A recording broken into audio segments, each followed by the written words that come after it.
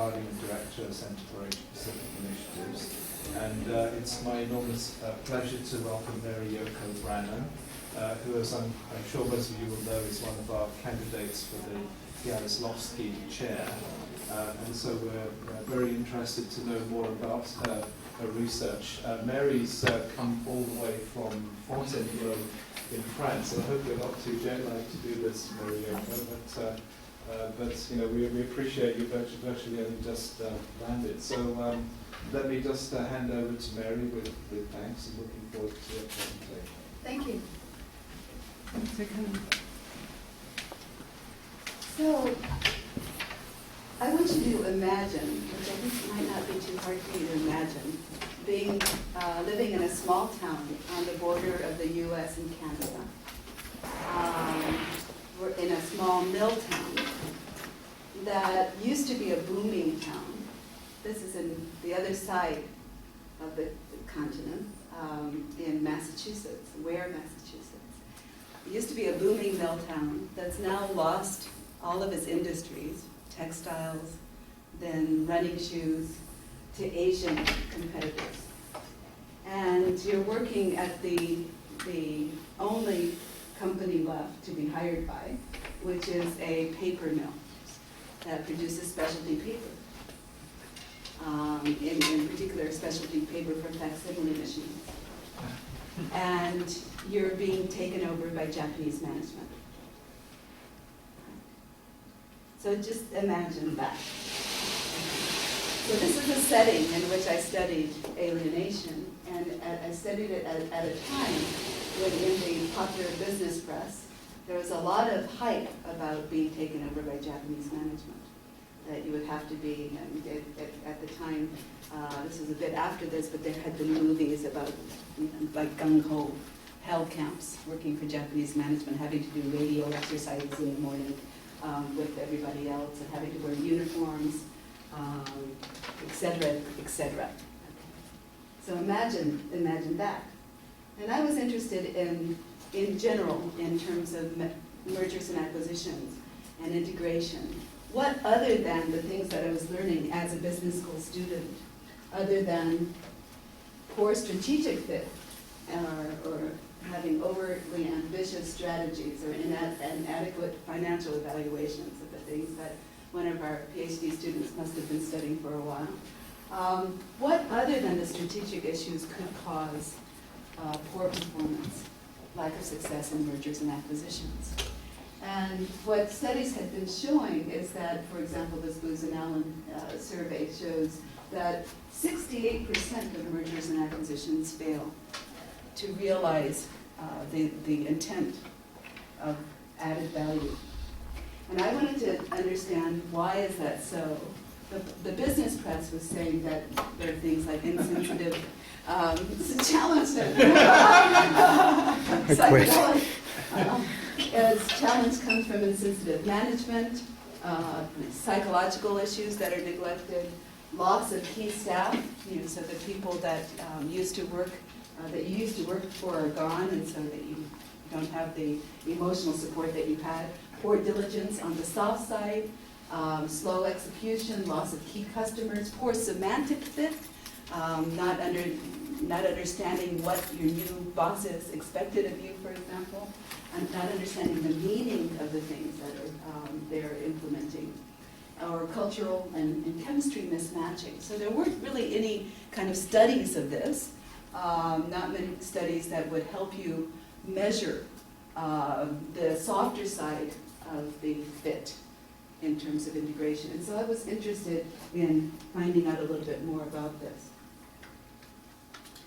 And had a sense from the popular literature that the main area that goes wrong in integration, post-merger, is around integration, that companies do a lot of emphasis on the pre-merger, pre-acquisition phase around strategy, looking at complementary assets, and on the deal phase, negotiating a proper contract, but not so much on then thinking about integration up front.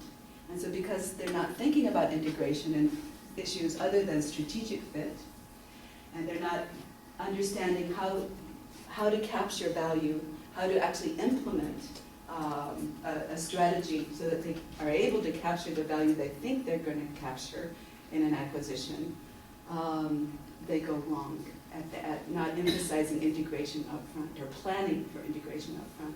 And by integration, I don't mean just integration in terms of the softer side of the assets, but also the cultural side. And how do you go about planning a priori for some of the cultural barriers to change? And one of the things that gave me a sense that the study might be interesting, just besides my being interested in cross-cultural issues in and of themselves, was that the studies were showing that actually mergers were less successful than acquisitions, and alliances were more successful than either of the two types of structures.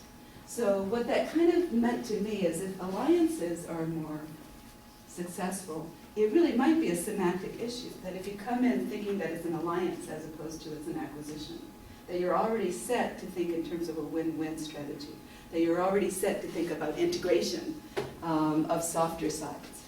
And so what I wanted to show in this study, and what I wanted to do in kind of most of my work that I've been doing over the last 25 years or so, is trying to unpack that 75% success rate in such a way that companies can use it as a rubric a priori instead of afterwards.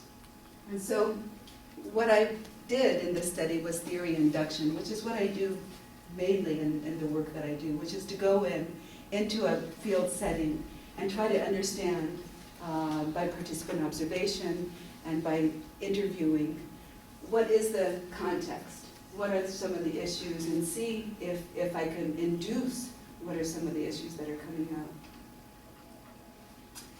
I was interested in how culture evolves in a case where you have two very different ways of thinking about how to do work. So my quick and dirty way of defining culture is that it's a help system. H-E-L-P, habits, expectations, language, and perception. And so when you have a takeover, you have, whether it be in one domestic setting, so a domestic takeover of one firm from another, or cross-border, you have a situation where there's one help system, way of doing things, that takes over another help system, and there has to be some integration between them. Either total domination, or some kind of compromise, or some kind of synergy that emerges. And so I wanted to understand how does work culture evolution happen in cross-border M&As. And one of the takeaways from this larger study was a model of negotiated culture, that it's not just A plus B equals A, but it's some kind of a hybrid of A plus B. And another output of this work was to come up with a new scale of alienation called bicultural alienation, which is what happens in the case of cross-border mergers and acquisitions gone wrong. And it's a scale that supplements work alienation scale that's been developed in sociology since Durkheim. And to understand how is it different in cases of cross-border alienation. Also, outputs of this study are around recontextualization, how new contexts give new meanings to help systems, and these that presents challenges for the acquiring and the acquired firm, and for understanding knowledge sharing across context. And finally, biculturalism and understanding how biculturals in terms of national cultural differences, as well as biculturals in terms of being bridges between two different work organizations, are important avenues for integrating cross-border mergers and acquisitions, and in terms of integrating the society at large. So the method that I use is ethnography, and in this study, in order to be able to contribute to the field, something that then can be used and then tested in large-scale studies, cross-sectional studies in many organizations, I wanted to triangulate the ethnography with a questionnaire so that I could then have a scale that could be implemented in many contexts. So from ethnography, the strength of an ethnography is that it is valid, that it has external validity because it's from from someone who's been living and working in that setting. The weakness of an ethnography is not generalizable to lots of different contexts. So if you practice a between method triangulation, then you're able to then take new theory that's induced and then be able to apply it to many other settings. And there's many other ways of doing mixed methods. This is just one. So you could do a case study and triangulate it with a social network survey, et cetera, et cetera. But this is more and more the methodological strategies that are being used in international business, some kind of a mixed method to be able to come up with new constructs. And in international business, because the world is changing on a regular basis, and we're going from east-west to south and north now, with the emerging economies, Brazil, and, emerging, and India emerging, then we need to have a way of inducing new constructs, indigenous theories, and then being able to triangulate them and be able to leverage them in different contexts. So ethnography, I was asked by someone earlier to define this, and here's a definition of ethnography. It comes from the Greek ethnos, meaning people. So by definition, an ethnography has to be dealing at the people level, all the way down to the individual. And graphy comes from graphic text. So it's a writing of a holistic account of culture. So you hear in business, people say, I'm going to go do an ethnography. And they're using it interchangeably as a case study. Well, that's not a proper use of the term ethnography. Ethnography has to be in-depth, and it has to be looking at people, and people in a wide, covering people in the wide sense of an organization, not just going and talking to the CEO. The methodological intent of ethnography is to think about how do people make sense of and enact their life, their work life. So it means that you make links between culture and behavior. That's something that you can see as a participant observer, and how cultural processes evolve over time. So ethnography generally is done, short ethnography would be 6 months, very short. Anthropologists generally do ethnographies that last more than a year, so a year or 2 years. This ethnography that, from the work that I'm showing today was a 4.5-year ethnography that was then triangulated with a questionnaire at the end of that time. So not very many business school studies, and I could see the PhD students going, oh my God, I'm not going to do that, do something quite this long. But 6 months might be a possibility.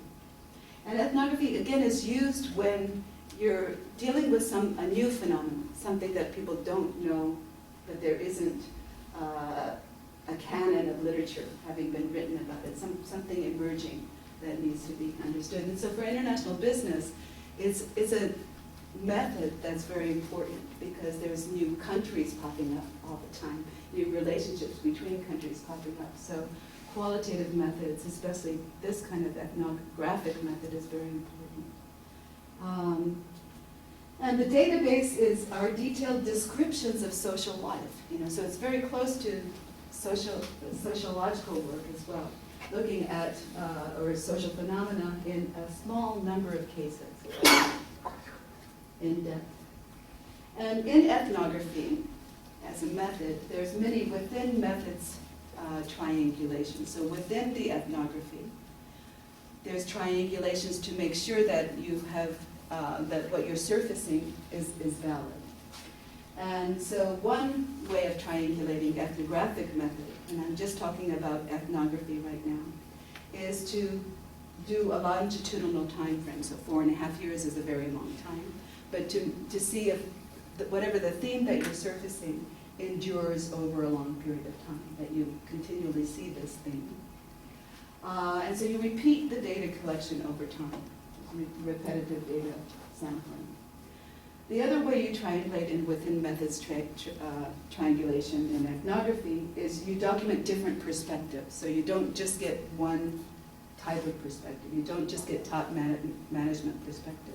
You get top management, middle management, line managers, and on the floor shop workers.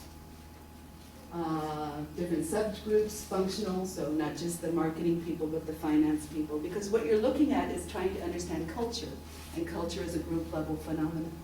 So it's not, culture is not an individual phenomenon, right? It's not a perspective, it's a perspective of a group of people. And so the hypothesized characteristics for the study that I expected is that there will be overall change over time after a takeover. And I wanted to look at the trends, what emerged over time, and that there might be a change over time by hierarchical levels, because you have a situation where one system of management is imposed upon another, so that over time there'll be some kind of sorting out of that hierarchical relationship. What these hypothesized characteristics provide for the researcher is a focus, what you're going to look at. I'm going to look for changes over time. I'm going to look to see what balances out. And also change over time due to a culturalization efforts. So the Japanese management made efforts to try to explain to the new workforce how they were going to change their help system. So what we did is we tracked over time what were these efforts, what were the interventions of the Japanese management, and how did they affect the nature of the workplace. And so, in particular, we were looking at who had a Japanese supervisor and whether or not it made a difference if your supervisor was Japanese. So if your direct supervisor was Japanese, that could be a positive or a negative. It could be a negative if you thought that all Japanese supervisors would supervise you like at a health camp. This would really change the way. But it might be a positive if having a Japanese supervisor gave you some kind of cross-cultural understanding about the way things work in Japan, and therefore then you could understand, have more task-goal congruence in terms of, okay, they want me to do this, I understand now why they want me to do this, given their context, you see. And then Japan on-site training. If those who were actually taken to Japan to see the way things go in Japan, if they are more or less likely to feel alienation, or if they would therefore experience this change more positively. So that's what we're kind of looking at. We used, this is for the, let's see, back here, this is for now, within methods triangulation was for the ethnography. And then the quantitative survey was to triangulate the results of the ethnography. Right? And so the measures that I'm going to get at are the triangulated, the survey questions that we were triangulating. Just before I get to that, though, I wanted to talk a little bit about what was beginning to evolve, because I said that this was a 4.5-year ethnography, but what was beginning to evolve in the ethnographic data over time. So, oh, yes, Solomon, you can stop me at any time. How soon after the merger did you start the project? Immediately. Yeah. It was an acquisition. So immediately, I started the observation. Yeah. So, follow-up question. When you talked about change, were you looking at change at a very broad level, or were you focusing on something more specific, like organizational culture? Culture change. So looking at so in specific, the main study was how do you work out a working culture when you come from two different understandings of how to get things done. So just really trying to contribute to the work culture question and trying to understand how national cultural perspectives on how to work come together and need to be negotiated over time. And whether or not, if there's a compromise, how does that compromise come about? Does it come about autocratically, top down, or does it come about in terms of the orientation of the production, if it's technological, negotiations about how things get done? Is it advice that people have more to contribute in terms of their understanding about the technology. You know, what are the catalysts for the change over time? And then how is it experienced by the people at the time? A lot of the examples you're giving us, that could be a function of national culture or the organizational culture. Right. So you had a way of pulling those apart. The national, so, The company doing acquiring as well as the company being acquired. right. So you got 4 different cultural patterns that if you want to classify it that way, right? Right, and so from the literature, there was a lot written on Japanese ways of doing Right, business, right. for example. And that was triangulated as well as by looking at the home organization of the acquiring firm. And to be able to see if this was a typical Japanese firm or if it was idiosyncratic to the organizational culture of that firm. But the focus was on the work culture, not on national culture. So the idea is you have a phenomena which is takeover, cross borders, mergers and acquisitions. You want to understand in mergers and acquisition this notion of alienation that is in the popular press. And you want to understand, are there interventions that companies take that can mediate this experience of alienation, or and at the same time, is there a way in which the culture, can we understand how the culture evolves in the case where you have 2 very different ways of understanding it? So the 2 byproducts of this research was understanding a model of how negotiated culture can emerge over time. And I'm not talking about that today. And the other is to understand this phenomena of alienation, cross-border work alienation, or bicultural work alienation, and how can we understand it, how can we measure it, how can we prevent it.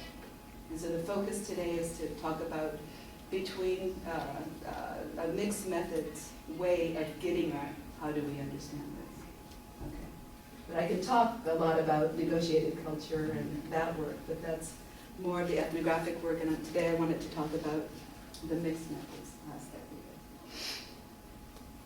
So in the ethnography, right away, what came up was that the Japanese themselves and the top management were very aware that they were going into a context where most of the workers in the plant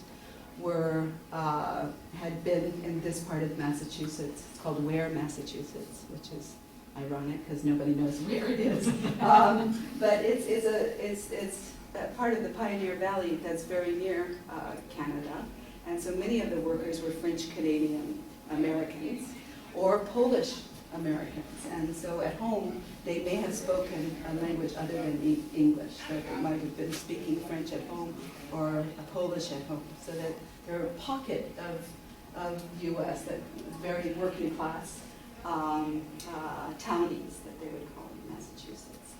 And the Japanese knew that they would have a societal challenge in being seen as benevolent owners of this plant.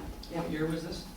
This was in the late 80s. Like 88 or something? And the quantitative triangulation was done at that time, but we actually did this research in terms of triangulating and theory generation. It was published 2008. So the merger was like 1988 or something? 88, yeah. So early on, it was clear that the Japanese were worried about being perceived negatively.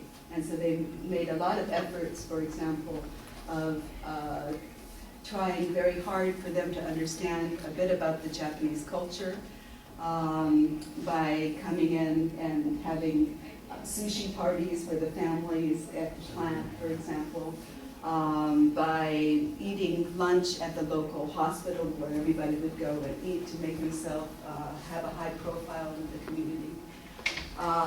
So they were aware of this issue. And early on in the research, it became clear that in the interviews, the theme that came up over and over again was this notion that people felt, especially the managers felt, that they were not being included in decision-making processes. And so in the interview data and in the coding of the interview data, words like eunuch became a code for alienation. Other words like go fish. People would say, you know, I was asked to go do some kind of sampling about equipment that we might be able to source on the shop floor for pressure-sensitive paper.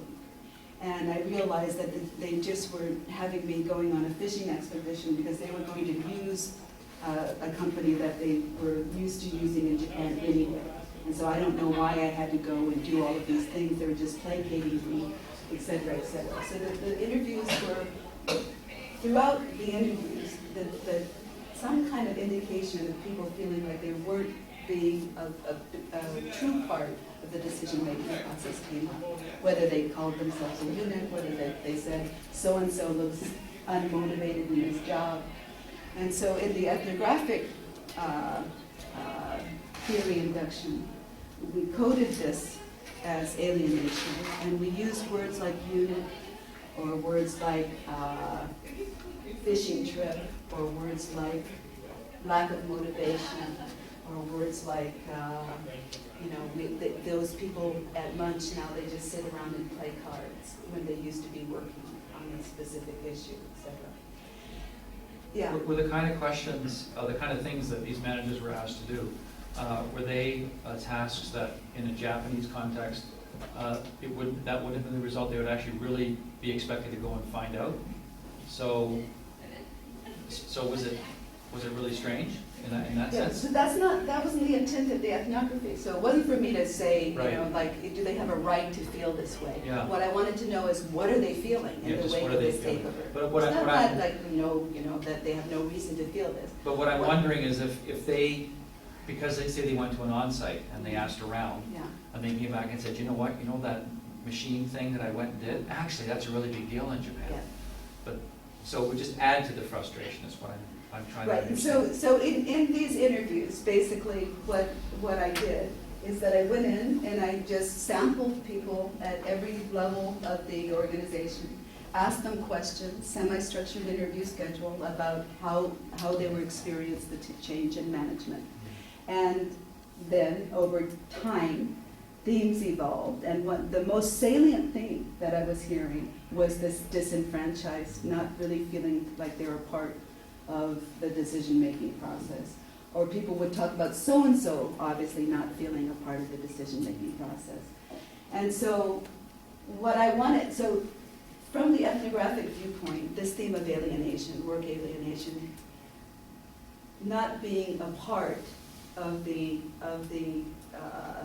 organization, decision-making hierarchy, the bamboo ceiling, et cetera, was very, very strong at the time. And so what at the end of the ethnographic period, and this was 2.5 years after, the study went on for 4.5 years because after 2.5 years, there was an economic downturn and they had to lay off people at the plant. And so rather than ending the study, I went back and I studied what happened after the layoff, because that might have opened up all sorts of new issues.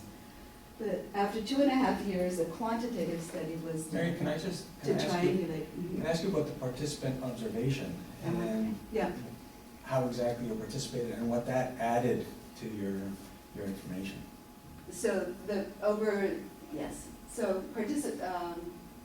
participant observation was, I worked at the plant for 10 hours a week. I worked on the lines in terms of helping them with, I worked as another factory worker online in the coating portion of the plant, where I helped with whatever they needed in terms of the chemicals, bringing chemicals to the plant. And so there I heard what they were talking about there. So I did that for 4 months. Another 3 months I worked in the accounting area, and I was a gopher there. I did whatever they needed me to do, for example. At the end of the first year, I did a series of workshops on working with the Japanese. And so I coded their questions that they asked, like in Japan, what is the decision-making process? And that became information about what they were having a struggle with, for example. So your participant observation added to, confirmed, how did that fit? So it's just interview? data. So at the time, when you're doing the participant observation, it begins to lead to themes, that you're seeing certain behaviors, you're seeing certain questions being asked. Then you go and you construct a semi-structured interview to be able to validate. So you go back and you ask, let's see, over time, to a repeated set of people. So you ask the same questions to the same people, you ask the same questions to 360 degree around the people to see if you're getting the same thing come up over time. So you started with participant observation and then you went to the interviews, is that the way? Exactly. To triangulate what you would see. Yeah. Thank you. Is there any point in time where people you're asking see you as like a spy? Like, what is this woman doing here? No, because when I was introduced, and this is hard because there's so much to talk about in this, in the whole process, but it depends on how you're introduced. Generally, if you're a consultant, I have more of a trouble now being a participant observer now that I'm a professor, and I've been doing this for a long time. But when you're a student, and you're female, you're less seen as a spy. There, my own biculturalism was an advantage because it was in the U.S. and they saw me as not a spy but as a bridge. Because of you spoke help Japanese. me understand. You understand these people better than I do. Help me understand. And so, for me, the intent was rather than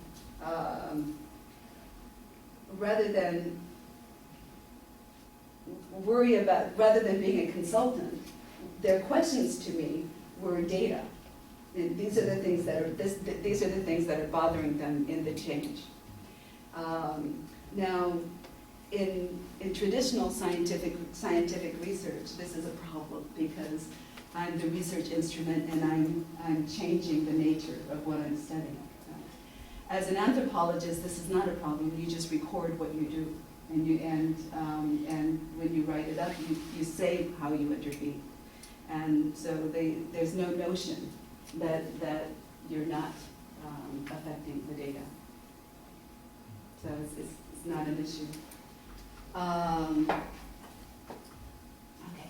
So what I was interested in the quantitative triangulation, and this is I want to get at why it's important to triangulate using more than one type of method, and that's the kind of the punchline of this.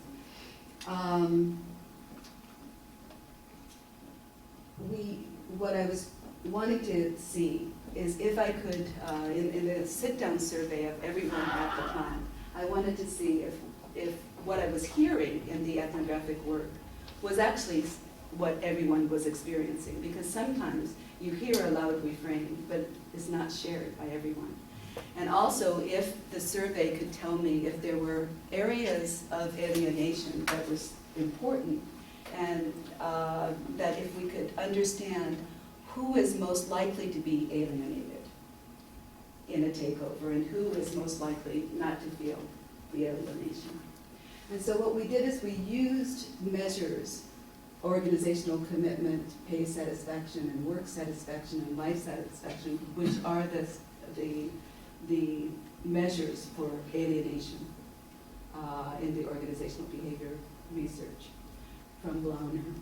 And we added to them supervisor acceptance and participation valued and meetings pre-settled, which are new items that seem to be important coming from the ethnographic work. People kept saying over time that we validated in the study. And so all of these, all but two, and the two were the participant valued and meetings being settled, had alphas over 0.7. The respondents that were analyzed were 85 veterans, so veterans meaning that had worked for the plant before the takeover. And so it was important because we're trying to look at before and after, that we only use the ones that had been there before and after. There were some new hires after that. And luckily, Japanese acquisition procedures is generally to keep as many people at the plant as who have been employed previously. Then we did repeated measures, MANOVA, to look at the change over the 3 time periods. And the 3 time periods were before the takeover, at the time of the takeover, and then 2.5 years after the takeover. And what was nice about a takeover like this is that these time periods were naturally anchored. So it's not hard for them to remember what it was like surrounding an event that was as traumatic as that. And then we looked at differences in change. We're interested in the change over the 3 time periods and differences in change depending on the position, hierarchical and departmental affiliation, as well as any kind of interventions that the Japanese management brought in. And what we found is that there were statistically significant effects, overall increases in participation valued and organizational commitment, and which is not what I thought we'd find. I thought we'd find that most everybody at the plant was alienated by the Japanese management. So we found a contradiction to the ethnographic data. That no differences in change for the people at different hierarchical levels. That there was a small difference in change in meetings settled depending on having a Japanese supervisor. Meetings being settled before you were invited. So one of the things in the ethnographic was that people felt like in meetings, they would be invited to meetings, thinking that they were supposed to contribute. The very Western mindset that meetings are to get things done. Whereas in Japanese meetings, formal meetings are generally to tell everyone what has been decided. And so people were alienated by this, that they felt like I'm going here to participate in a decision. And instead I come and people tell me what decision has been made. And Paul, you're gonna ask a question like, well, so yeah, that is the way you do things in Japan. My job was not to tell them that is the way you do things in Japan, and this doesn't mean that you're I wasn't going to ask that question, but I appreciate you thinking. But it was just for me to see how they were experiencing it. So there was a small difference in change in terms of that. And there was more change for people who had been sent to Japan, and in regards to supervisor acceptance, and in regards to organizational commitment and work satisfaction. So being sent to Japan and actually being able to see and compare and understand how it is done in the Japanese context made a difference as an intervention. Can I just clarify something? Yeah. If you go back to the previous slide, the last one, Mm-hmm. is there a direction for the causality? Is it possible Positive that... changes, they're all positive changes. Yeah, but I'm thinking, is the fact that I was able to accept the supervisor, or it came through signals of being committed to the organization, and I seemed happier, so I got sent to Japan, so I was viewed as No, something... it was afterwards. It was a afterwards, so there was a post-measure. sequence. Okay. Yeah, it was a sequence, post-measure. Excuse me, Because sorry. that was between period B and C. Right, yeah. Just a small clarification on the 3 periods. You said there's the data is collected first before the acquisition. So the ethnography, no. No. This is it's a longitudinal ethnography, and the Okay. survey's done at the end, one time only. The questionnaire is only done once. Okay, so And we it's chose... asking them to recall, Remember. and what I said, because it was a trauma, Alright. they could recall. Okay, sorry. Yeah. Yeah. And that's an issue, but and if you can anchor it, then you can make a claim for it being valid. Other effects, analysis of the data separating out department at the 3 time points. The means suggest support for pockets of alienation. I'm going to get to this further in a second. And the qualitative data support apparent decline in attitudes in certain departments. A big concern of the study was that we could only deal with 85. And so therefore we didn't have significant samples of each of these departments. So let let me show you the neat part of the study, the neatest part of the study. The ethnography, and so this is a time sequence in terms of, as a researcher, how you're making sense of a phenomenon. So doing a mixed method study showed contradictions in the findings based on the two different methods. And so the ethnography, here I am being an ethnographer, kind of with a mindset that having come from the humanities, that acquisitions, cross-border acquisitions are bad. People are experiencing some bad social fallout issues. And I hear a lot of complaints about the Japanese and how their life has changed and that they're being alienated, and I have a lot of data that confirms it. Then I do a questionnaire and I find out that it's not significant, and most people at the plant, and it's a sit-down questionnaire, that most people at the plant were actually very happy with this change. And that organizational commitment and job satisfaction measures shows very positive increase. So I thought, okay, well, this is going totally against the findings. So that this whole notion of bicultural alienation, post-border, cross-border acquisition is not an interesting phenomenon. Then I go back after I don't like doing the first take of the analysis of the questionnaire. I go back and I ask myself, does the ethnographic data give me some idea that I need to reanalyze the quantitative data, to think in terms of pockets of alienations as opposed to the whole workforce being alienated? And what the ethnographic work showed me is perhaps if I looked hierarchically and by functional level, I might see that a certain type of manager or a certain type of line worker is more or less vulnerable to alienation. And these pockets were confirmed. So it's an ongoing iterative process then. And then doing some follow-up interviews after the questionnaire suggested that, the pockets were confirmed. And then the actual administration of the questionnaire, in the administration, there was, and this is what's nice when you have total access to a company, but a couple, about 5 of the line workers asked if they could take the questionnaire home. And I said, well, I can stay here as long as you want me to for you to finish. And there was this kind of really avoidance of wanting to tell me what was really going on. And then so I said, well, no problem, just go ahead and take the questionnaire home. And I found out later that they were illiterate, that they were going to take it home and they were going to have someone at home who could read English help them answer the questionnaire. And I had been at this plant for 2.5 years, and it never occurred to me that there was illiteracy. So that was another interesting takeaway from doing this cross method. I got to know the plant a lot better. And then that led me to go back and do some follow-up interviews. And the follow-up interviews suggested for me to look in terms of bilingualism, and that there might be some people who really don't even speak English. I had been thinking, well, they don't speak Japanese, and this is what the big problem was. Little did I know, well, they're not really literate, they don't read in English as well. And then I thought, okay, well, I wonder if you're bicultural, if you're raised bicultural and bilingual, does that have an effect on whether or not you're alienated?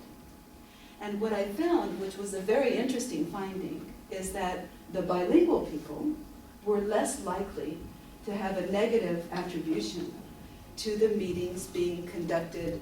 So in the meetings, if people went into Japanese as a sidebar, the bilingual people were more likely to think through it in their mind as, oh, they're just going into Japanese for expeditious reasons, that they can get the, they don't speak English that well themselves, and so they're just doing this because they need to do a sidebar. But the monolingual Americans were much more likely to negatively attribute and think that their participation is not being valued, that they're doing a sidebar in Japanese because they don't want they don't want them personally to hear what they're saying. So that was a very interesting finding, that, and I think it's interesting for language teachers, that bilingualism doesn't only give you language-specific skills, but also gives you kind of a global mindset, or a capability of arresting negative judgments. So then that led to a significance of bilingualism as a positive effect in terms of the language dimension. And then there were also no-shows among certain middle managers that reconfirmed the pockets, because the no-shows were from the functional areas that the interview data showed that they were likely to have more alienation. And follow-up interviews and informal grapevine supported the construct. So that shows people who don't show up for work? Or people No, who for the participate in questionnaire. Yeah, so no-shows for people. There were also people who didn't show up for work. I was wondering if absenteeism is a consequence. Absenteeism was also, but I couldn't really, I suppose I could have gotten the absentee data, but I didn't. Absenteeism certainly would have been. It would be something for work alienation, yeah. Here's a question, yes. When you were talking about pockets of alienation, so referring to the various levels. No, hierarchical levels and functional levels. Okay. And functional levels. And functional levels. And so it told us where to look, doing this mixed methods triangulation. And what we found is that those people who had a direct supervisor in the finance area and in the accounting area that was Japanese were more likely to be alienated. But if you had a direct supervisor in the production line, you were less likely to be alienated. You know, which makes sense actually. It means that the Japanese wanted to control the finance and the accounting area and did not want the input from the previous managers. But on the line, it was a production facility, so the supervisors, the Japanese supervisors, wanted to make sure that they had their team all behind the same work standards. And How are you measuring though for alienation pre-acquisition? I didn't. So you could have had alienation in the finance department, simply a lot of other variables that are coming into play that aren't getting picked up. No, because there were no, the people who were in the finance department, you mean like? Well, I'm just thinking, so you have the acquisition and you have a new group of people that are running the plant, but maybe the alienation that came out of your study, particularly with respect to these pockets, are not so much because of the acquisition, but because of the way they were in a holding. Like the company set up. Maybe it's this is why we problematic. did the timelines, the A, B, and C, you know, and they're anchored in their mind. So we used only the people who had been working before, right, so that we could compare. Right. And so if you have a census, where everyone, right? So then we can say, and the vulnerability of the study, that there's nothing you can do about it when you're doing a one company study. But the vulnerability is you don't have 100 per pocket, right? True. But it doesn't really matter, because just like with a social network survey, you have the whole population. So the reason you want a good sample is then you infer to the population at large. In this case, I surveyed everyone, and I surveyed everyone with the same method. And that was to ask them to recall before the takeover, at the time of the takeover, and after. So because of that, you know, you can make a strong case for it. So if there was like a pre-existing alienation, that would have come It out. would have come out. In A, right? In Yeah. other words, it Yeah. was already there. They would have said that. Right. Yeah. In these. And so then what you want to see is, is that alienation, did it get worse? The point is it didn't. For most people, it got better. I mean, for one thing, it's a production facility, and the Japanese put in $11 billion into realigning the equipment, and you know, and it looked a lot cleaner. It was brighter. It was safer. It was everything that line workers care about, they took care of.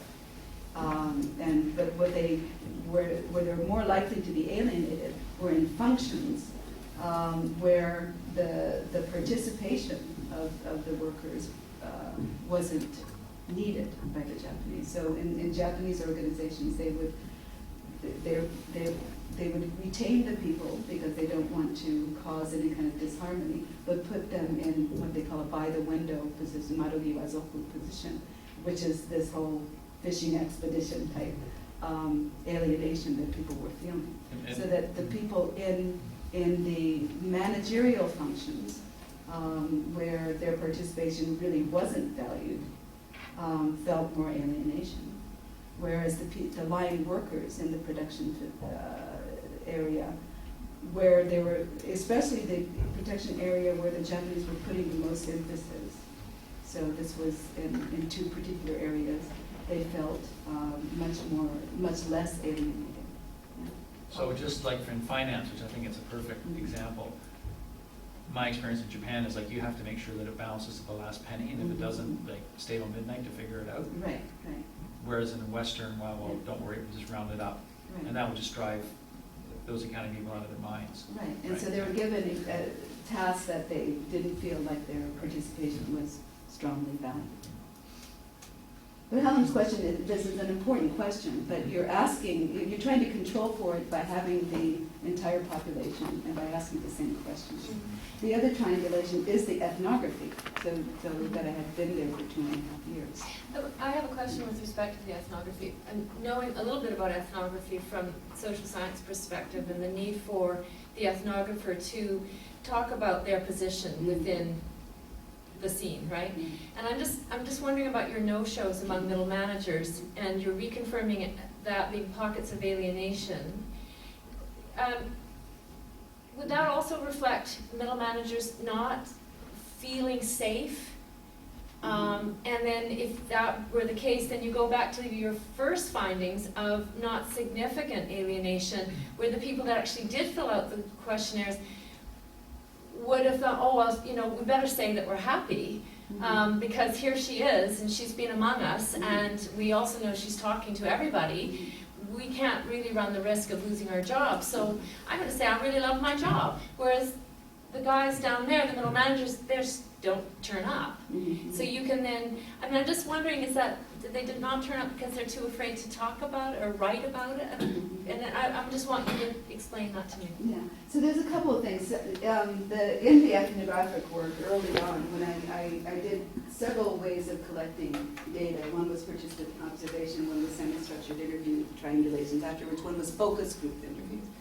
So focus group interviews I did by function and by hierarchy. So I'd get I'd get a group of middle managers together, for example. And in those focus group, in two in particular, it was exactly what you said. There was a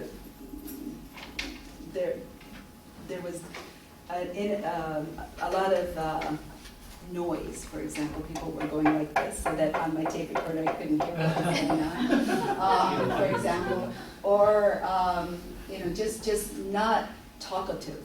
So clearly they were not wanting to cooperate with the process. But that was very early on. After 2.5 years, by that time, I had gained their trust.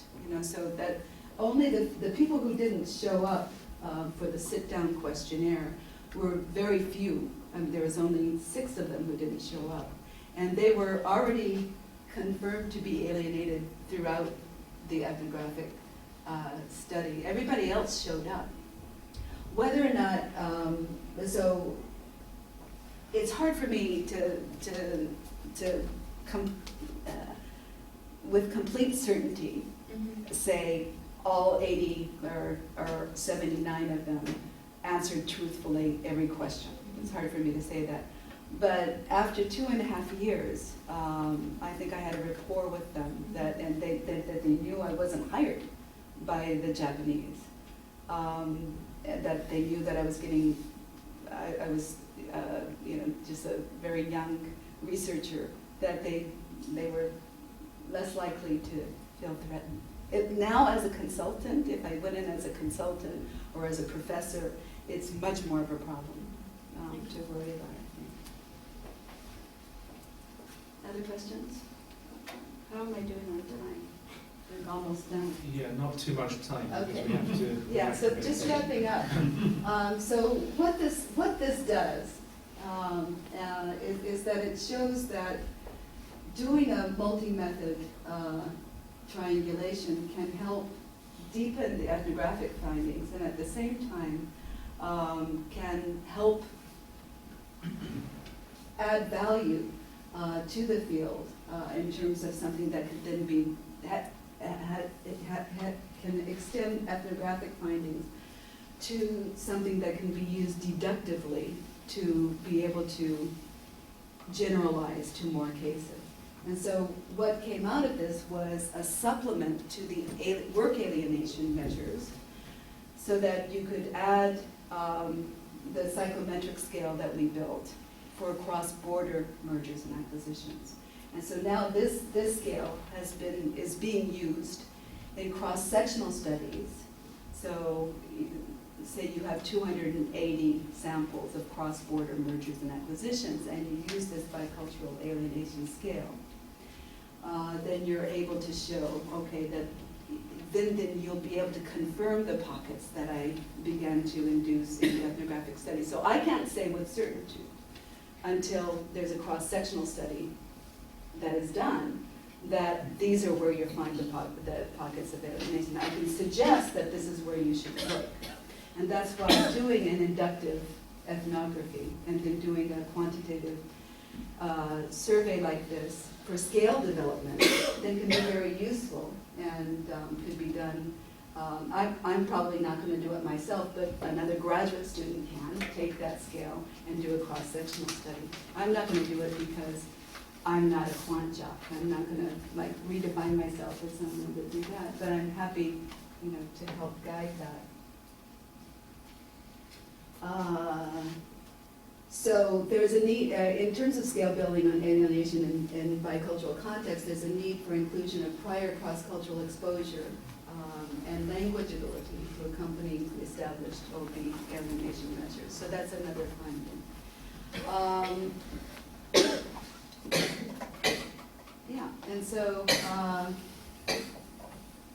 that's pretty much it. Uncovered cases where alienation is not as well contained by careful management of the change process. So that I can end right here. And do we have time for final questions, or are we no. out of time? I think we've had a lot of questions. Thank you very much.